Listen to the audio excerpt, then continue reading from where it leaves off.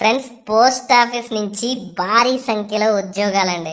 ఎలాంటి రాత పరీక్ష ఉండదు, కేవలం 10th క్లాస్ మాత్రమే అర్హత. ఫ్రెండ్స్, ఎన్ని పోస్టులు అంటే 49,596 ఉద్యోగాలండి. ఒకటి కాదు, రెండు కాదనమాట. ఫ్రెండ్స్, ఇక్కడ ఏ రాష్ట్రానికి ఎన్ని పోస్టులు కేటాయించారు అని చెప్పి చాలా క్లియర్గా మీకు చూపిస్తాను, ఒకసారి గమనించండి. సో ఆంధ్రప్రదేశ్ టోటల్గా శాంక్షన్ స్ట్రెంత్ వచ్చేసరికి 19,487 పోస్టులు అండి. సో అందులో అంటే 19,487 మంది స్ట్రెంత్ ఉండాలి. సో అందులో మనకు 17,881 మంది పని చేస్తున్నారు ఆల్రెడీ. సో మనకు వ్యాకెన్సీస్ ఎన్ని ఉన్నాయంటే 1,606 ఉద్యోగాలు అయితే ఉన్నాయి.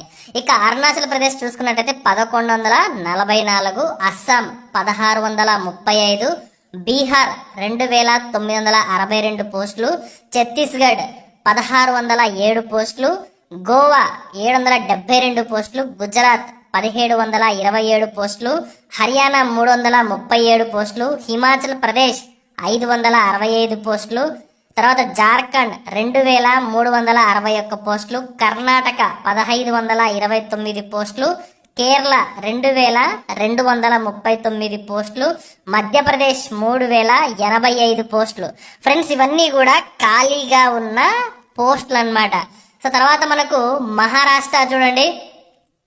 సో ఇక్కడ మహారాష్ట్ర 2,727 పోస్టులు, మణిపూర్ 391 పోస్టులు, మేఘాలయ 774 పోస్టులు, మిజోరాం 272 పోస్టులు, నాగాలాండ్ 133 పోస్టులు, ఒడిశా 2,304 పోస్టులు, పంజాబ్ 1,123 పోస్టులు, రాజస్థాన్ 2,921 పోస్టులు, సిక్కిం 139 పోస్టులు, తమిళనాడు 4,277 పోస్టులు, తెలంగాణ 850 పోస్టులు, త్రిపుర 243 పోస్టులు, ఉత్తరప్రదేశ్ 6,837 పోస్టులు, ఉత్తరాఖండ్ 852 పోస్టులు, వెస్ట్ బెంగాల్ 4,184 పోస్టులు అండి.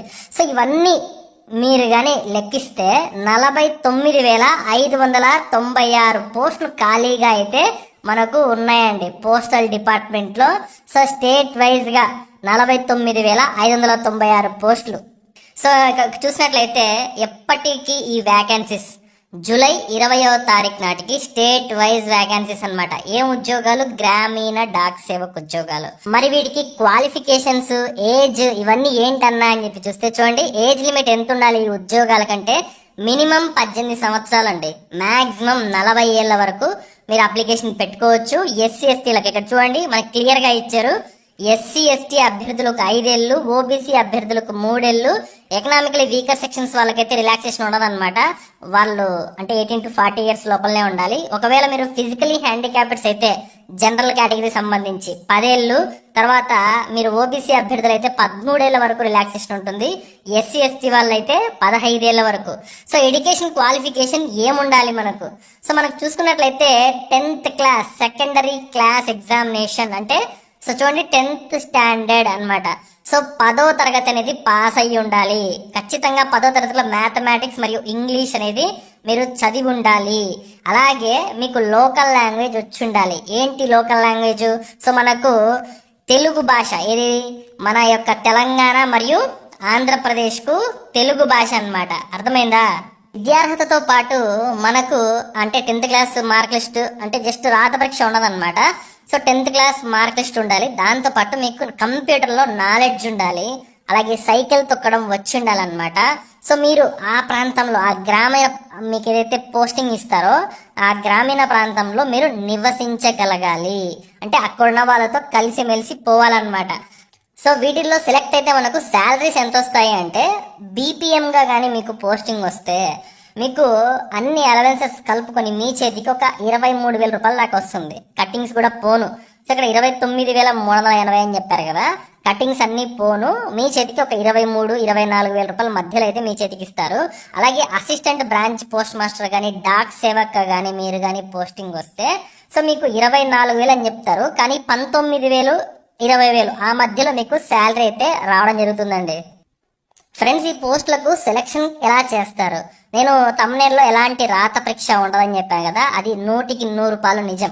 సో సెలక్షన్ క్రైటీరియా ఎలా ఉంటుంది దీనికి అంటే, మనకు చూడండి, సిస్టమ్ జనరేటెడ్ మెరిట్ లిస్ట్ అనమాట. 10th క్లాస్ అర్హతతో మీరు అప్లై చేస్తారు, మార్క్ లిస్ట్ పెడతారు, మీకు ఎన్ని మార్క్స్ వస్తాయనేది అక్కడ ఉంటుందన్నమాట. సో సిస్టమ్, మనుషులు కాదు, ఇక్కడ మనుషుల అసలు ప్రమేయం ఉండదన్నమాట. సిస్టమ్ జనరేటెడ్ మెరిట్ లిస్ట్ ద్వారా షార్ట్ లిస్ట్ చేసిన వాళ్ళకి ఈ యొక్క పోస్టింగ్ అయితే ఇవ్వడం జరుగుతుందండి. మీకు గ్రేడ్స్ ఉన్నా లేకపోతే నార్మల్ మార్కులు ఉన్నా సరే మీకు ఎటువంటి రాత పరీక్ష ఏమీ ఉండదన్నమాట. జస్ట్ మెరిట్ ద్వారా మీకు ఈ ఉద్యోగాన్ని అయితే ఇవ్వడం జరుగుతుంది. ఫ్రెండ్స్, మరి దీనికి అప్లై చేసుకోవాలంటే ఫీజు ఏమైనా ఉందా? ఉంది అండి. ఎందుకంటే మనకు కేవలం 100 రూపాయల ఫీజు మాత్రమే ఉంటుంది. ఈ 100 రూపాయలు కూడా మనము ఆన్లైన్ రూపంలో చెల్లించవచ్చు అనమాట. ఎస్సీ ఎస్టీ అభ్యర్థులకు, ఫిమేల్స్కి, ఫిజికలీ హ్యాండిక్యాప్డ్స్కి, ట్రాన్స్ ఉమెన్స్కి ఎటువంటి ఫీజు ఉండదు, వాళ్ళు ఫ్రీగా అప్లికేషన్ పెట్టచ్చు. ఓకేనా? సో చాలా చాలా మంచి అవకాశం అండి. 1 కాదు 2 కాదు, మనకు చాలా భారీగా అయితే పోస్టులు ఉన్నాయి కాబట్టి ప్రతి ఒక్కరు ట్రై చేయండి ఈసారి. ఫ్రెండ్స్, స్క్రీన్ పైన చూడండి, మనకు 24/7/2026 మనకి ఏం చెప్పారంటే జీడిఎస్ ఆన్లైన్ ఎంగేజ్మెంట్ షెడ్యూల్ 2 అనేది షెడ్యూల్ 1 అనేది మనకు జనవరిలో విడుదల చేశారు. Schedule 2 July 2026 preparatory exercise and tentative schedule thereof అని చెప్పేసి సో మనకు టైం లైన్ అయితే ఇవ్వడం జరిగిందనమాట. ఇక్కడ ఏం టైం లైన్ ఇచ్చారు చూడండి, configuration reverification of the education boards by the circle. So మనకు జూలై 27 నుంచి ఆగస్టు 3 వరకు ఆ పని చేయాలి. Vacancy capturing by the divisions, అంటే ఏ డివిజన్లో ఎన్ని ఉద్యోగాలు ఉన్నాయనేది క్యాప్చర్ చేయాలన్నమాట. ఎప్పటి వరకు? జూలై 27 నుంచి ఆగస్టు 3 వరకు. అలాగే verification of vacancy captured by the circles. So మనకు సర్కిల్స్లలో ఎన్ని వ్యాకెన్సీస్ ఉన్నాయనేది కూడా ఎప్పటి నుంచి మనం పని చేయాలని చెప్పారు వాళ్ళు. ఆగస్టు 4 నుంచి ఆగస్టు 5, అంటే ఆగస్టు 5 కల్లా, ఈ నెల ఆగస్టు 5 కల్లా సో మీరు ఏ సర్కిల్లో ఎన్ని వ్యాకెన్సీస్ ఉన్నాయి, ఏ డివిజన్లో ఎన్ని వ్యాకెన్సీస్ ఉన్నాయని క్యాప్చర్ చేయమని చెప్పి మనకు ఆదేశాలు అయితే రావడం జరిగిందనమాట. సో ఈ నోటిఫికేషన్ ఎప్పుడు వస్తుంది అనేది మనకు ఇంటిమేటెడ్ సపరేట్లీ అని చెప్పారు. సో మనకు ఈరోజు ఎంత డేటు? 11వ తారీఖు. మనకి ఇంకా ఈ వారంలో మనకు అధికారిక నోటిఫికేషన్ రాబోతుంది. సో ఎప్పటికల్లా ఆగస్టు 5 కల్లా క్యాప్చర్ చేయమని చెప్పారు, చేశారు కూడా. ఇక్కడ మీకు నేను చూపిస్తున్నాను కదా, ఆల్రెడీ చూపించాను కదా స్టార్టింగ్లో, ఏ సర్కిల్లో ఏ స్టేట్ వైజ్గా ఎన్ని వ్యాకెన్సీస్ ఉన్నాయని చెప్పేసి. ఇది ఏంటంటే చూడండి, annexure refer to in reply to part of Lok Sabha unstarred question number 1800 regarding the details of sanctioned strength persons in position vacancies of Gramin Dak Sevaks on date July 20, 2026 నాటికి. సో మనకు ఎంతమంది ఇప్పుడు పని చేస్తున్నారు, యాక్చువల్గా గవర్నమెంట్ ఒక సర్కిల్లో ఒక స్టేట్లో సో ఇంతమంది పని చేయాలి అని చెప్పి శాంక్షన్ స్ట్రెంత్ అయితే పెడుతుందన్నమాట. సో అది మన ఆంధ్రప్రదేశ్లో ఎంతమంది పని చేయాలంట? 19,487 మంది. కానీ జూలై 20వ తారీఖు నాటికి ఎంతమంది పని చేస్తున్నారంట? 17,881 మంది. అంటే మనకి ఇంకా షార్ట్ ఎంతమంది ఉన్నారండి? 1,606 వ్యాకెన్సీస్ అయితే భర్తీ చేయడానికి సిద్ధంగా ఉన్నాయి అని చెప్పేసి క్యాప్చర్ అయితే చేయడం జరిగింది. ఇది నేను నోటి లెక్కచారంగా నోటి మాటగా చెప్పట్లేదు. సో మీకు విత్ ప్రూఫ్ సో లోక్సభలో మనకు రైజ్ చేయడం జరిగిందనమాట. సో ఇక్కడ చూడొచ్చు మీరు, government of India, ministry of communications, department of post, Lok Sabha unstarred question number 1800 answered 29th July నాడు ఆన్సర్ చేయడం జరిగింది. ఇన్ని వ్యాకెన్సీస్ ఉన్నాయి అని చెప్పేసి. అర్థమైందా? చూడండి, జి లక్ష్మీనారాయణ గారు ఆన్సర్ అయితే చేయడం జరిగిందనమాట. ఇక్కడ ఆ గ్రామీణ డాక్ సేవర్స్ ఎంతమంది స్ట్రెంత్ ఉండాల్సింది, ఎంతమంది పని చేస్తారు, ఇంకెన్ని వ్యాకెన్సీస్ ఖాళీగా ఉన్నాయి అని చెప్పేసి. ఓకేనా? ఇది విత్ ప్రూఫ్తో సహా మీకు చూపిస్తున్నానండి. ఎందుకంటే మన ఛానల్ ఎప్పుడు ఫేక్ ఇన్ఫర్మేషన్ రాదు. అర్థమైందా? ఇక్కడ చూడండి, మీకు తెలుగులోనే ఇక్కడ నేను చూపించడం జరుగుతుంది. సో అది ఇంగ్లీష్లో ఉంది కదా. సో మొత్తం జీడిఎస్ మంజూరైన పోస్టులు ఎన్ని అంట? 3,26,950. సో ప్రస్తుతం పనిచేస్తున్న వాళ్ళు 2,77,354 మంది. సో అక్కడ మీకు టోటల్ అయితే నేను చెప్పలేదు, ఇక్కడ చెప్తున్నాను. సో మొత్తం ఖాళీలు ఎన్ని ఉన్నాయండి? 49,596 అండి. ఇది ఎప్పటి డేటా? జూలై 20వ తారీఖుకి సంబంధించిన డేటా అన్నమాట. సో మనకు ఏ రాష్ట్రాల్లో ఖాళీలు ఎక్కువగా ఉన్నాయంటే ఉత్తరప్రదేశ్లో, తమిళనాడులో, పశ్చిమ బెంగాల్లో, మధ్యప్రదేశ్లో ఉన్నాయి. అలాగే బీహార్, రాజస్థాన్, మహారాష్ట్ర, జార్ఖండ్, ఒడిశా, కేరళలో ఎక్కువగా ఖాళీలు అయితే ఉన్నాయండి. మన ఆంధ్రప్రదేశ్ చూసుకున్నట్లయితే మొత్తం మంజూరైన పోస్టులు 19,487 అయితే సో పనిచేస్తున్న వాళ్ళు 17,881. సో టోటల్గా ఖాళీలు 1,606 అనమాట. తెలంగాణలో 850 ఖాళీలు అయితే మనకున్నాయి. సో అత్యల్ప ఖాళీలు ఉన్న రాష్ట్రాలు వచ్చేసి నాగాలాండ్, సిక్కిం, త్రిపుర, హర్యానా, మణిపూర్ అండి. ఓకేనా. సో ఈ 49,596 ఖాళీలు అంటే ఇవి ఇప్పుడు భర్తీ చేయబోతున్న అంటే మనకు ఖాళీల సంఖ్యలు అనమాట. కానీ ఇవి ఖచ్చితంగా ఇప్పుడు షెడ్యూల్ టు నోటిఫికేషన్లు వస్తాయా అంటే చెప్పలేం.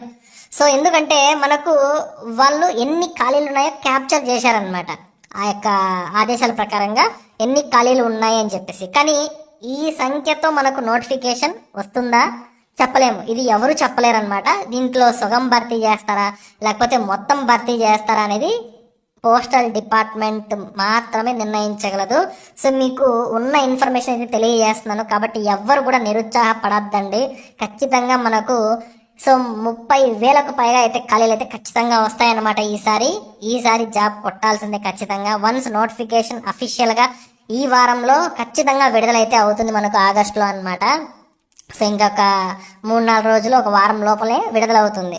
విడుదలైన వెంటనే మన ఛానల్ మీకు అప్డేట్ చేస్తాను. సో ఛానల్ని కొత్తగా చూస్తుంటే ఖచ్చితంగా ఛానల్ని సబ్స్క్రైబ్ చేసుకుని పక్కనే బెల్ సింబల్ ఆన్లో పెట్టుకోండి. ఓకేనా. మీకు అప్పుడు ఏ అప్డేట్ మిస్ అవ్వకుండా ఉంటారనమాట. ఈ వీడియో నచ్చిందా?